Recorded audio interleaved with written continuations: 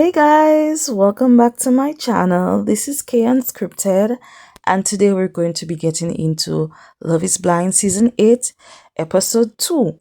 I just dropped the recap for Episode 1, so if you have not seen it yet, you could go ahead and click the link in my description box to see the recap of Episode 1. Let's take a moment to just go back to the channel, subscribe.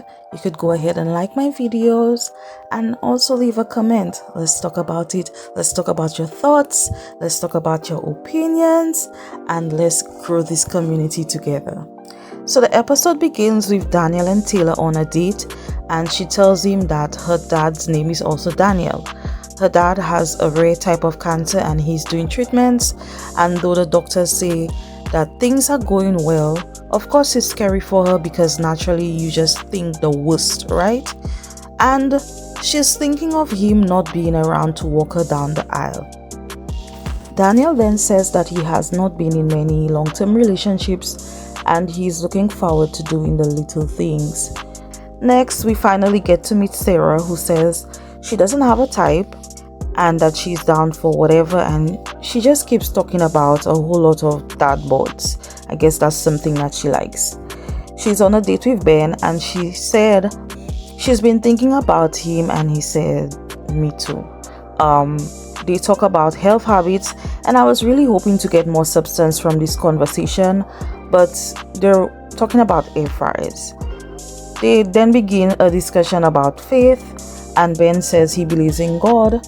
However, Sarah says that she's not religious, and she shares some information on her sister's sexuality.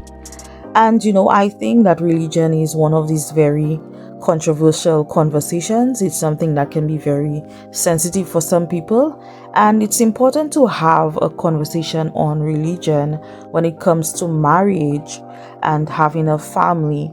And it's important also that both parties be on the same page when it comes to that. Next, we have Molly, who is bragging about her number one while she's sitting around with the other girls. And personally, David is nothing to brag about. And Lauren is sitting there and she's feeling all torn, hearing Molly continuously bringing up David and how she likes him so much, and he's at the top of her list.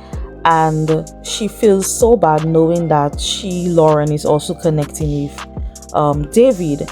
She has not told Molly, but she thinks that Molly knows that she and David are seeing each other. Why these ladies are giving David any time of the day, I don't know. So then we see Lauren is now on a date with David, and she's being vulnerable and letting him know what her fears have been during the process, and he's literally giving her nothing. He's just sitting around saying yeah. And when he finally opens his mouth to talk, he tells Lauren how she made his day, and you won't believe that this man starts talking about how much fun the other girl that he went on a date with was, and how she was high on his list. And Lauren is being way too nice about it, saying that she wants them to explore their connections, but she doesn't need the details. And I couldn't agree more. David, you're still being a capital A. You still are. And Lauren, you need to open your eyes. This man is playing you, and he's also playing Molly. He's telling you what you want to hear.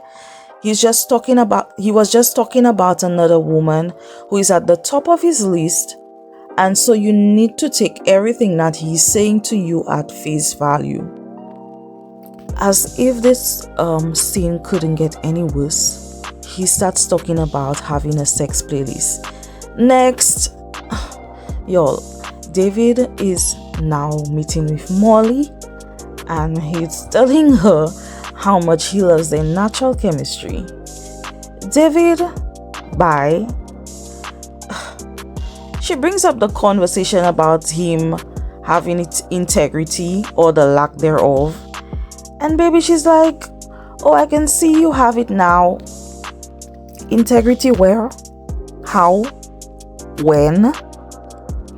When I tell you I skip past these two, because it's starting to piss me off that he's telling both of these ladies the same thing. Oh, and guess what? He's also a cheater, and he said he won't do it again. But to add injury to insult, she also says that she has been a participant with someone cheating on their spouse. That's all, folks. Next, we meet Joey and Monica, and this is the most boring couple, uninteresting, weird couple, and he's telling her how beautiful her personality is, and she's crying. And tell me why she just blew her nose for all of us to hear. Girl, we don't need to hear that. She's now giving him this story about her grandparents and their love for each other, and in the middle of that, or while she's saying that, she's telling him that she's in between jobs. What? So you don't have a job, right? She says that spending time with her family is more important than a job.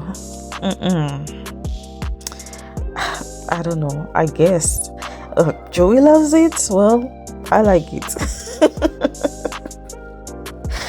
Oh my god. Then we have Madison and Alex, who are on a date.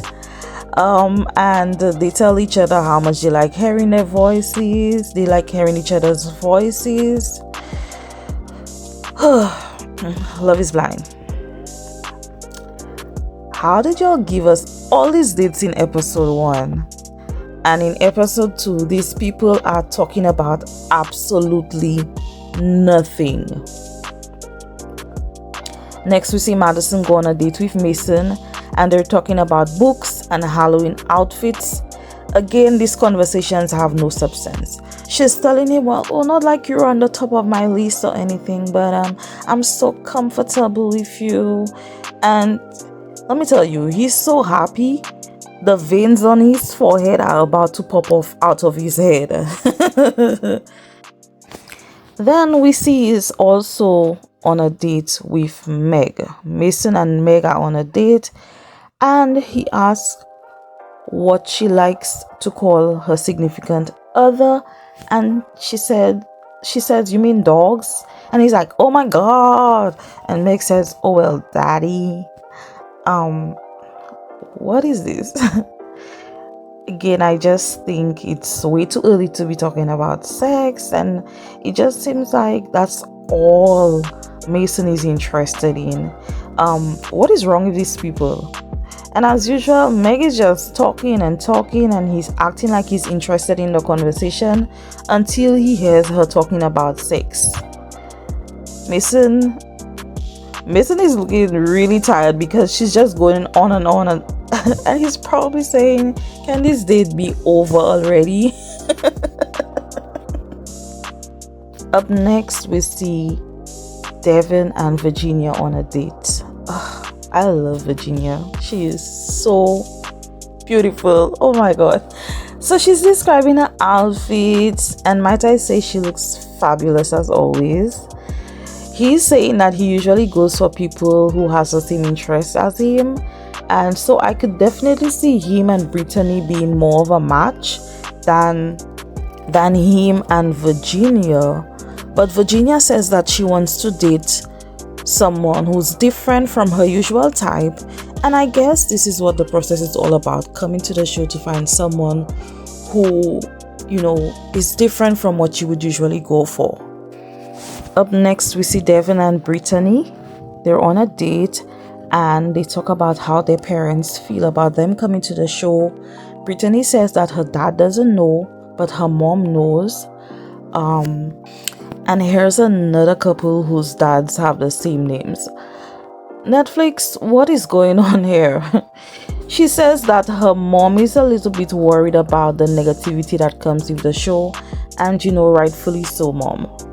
I really enjoyed seeing these two talking and getting to know each other, and I think Devin knows that Brittany is more of his match. So, David, this is how you date two different women and still be respectful and have integrity. But we already know you lack that. Joey and Monica are on yet another date, and they're still talking about nothing. I'm looking at the date and Lord have mercy, why did he just ask that lady, would you like to get engaged with me? This is a disaster. I haven't seen these two have one meaningful conversation besides the fact that she doesn't have a job right now and they're already engaged. I think it's a little too soon for engagements to already be happening. When he walked into that room, you could even tell that the guys were not even excited.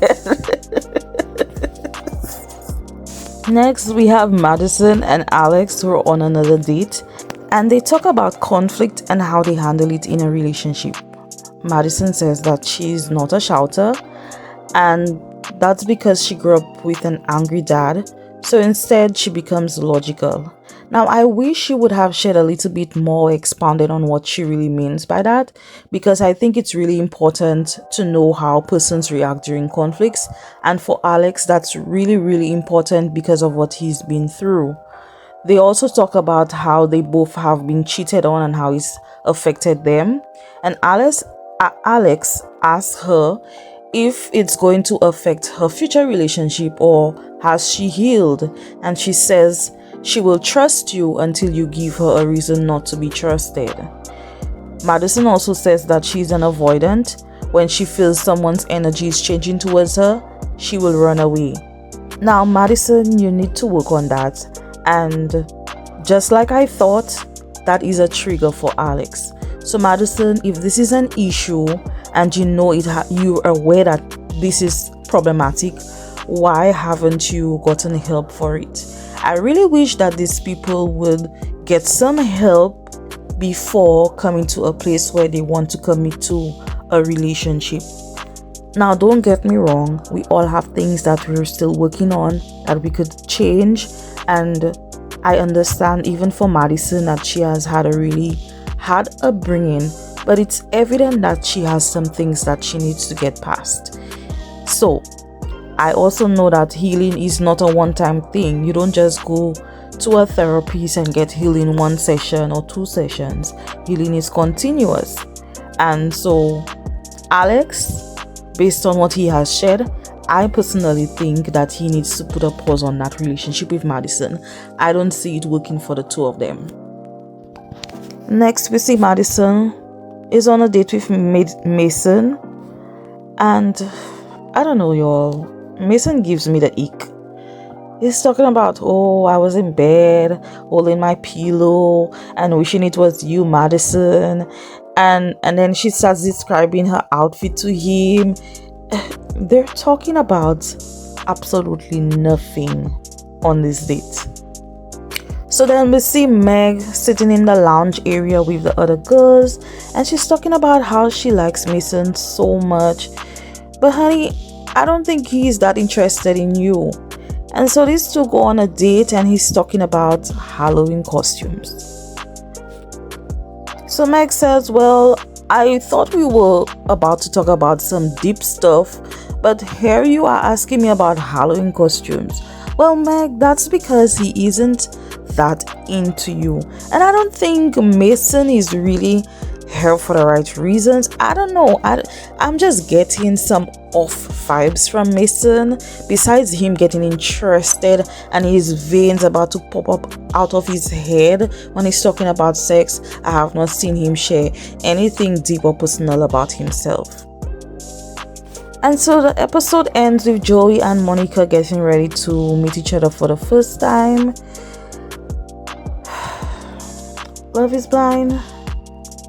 This episode was really boring.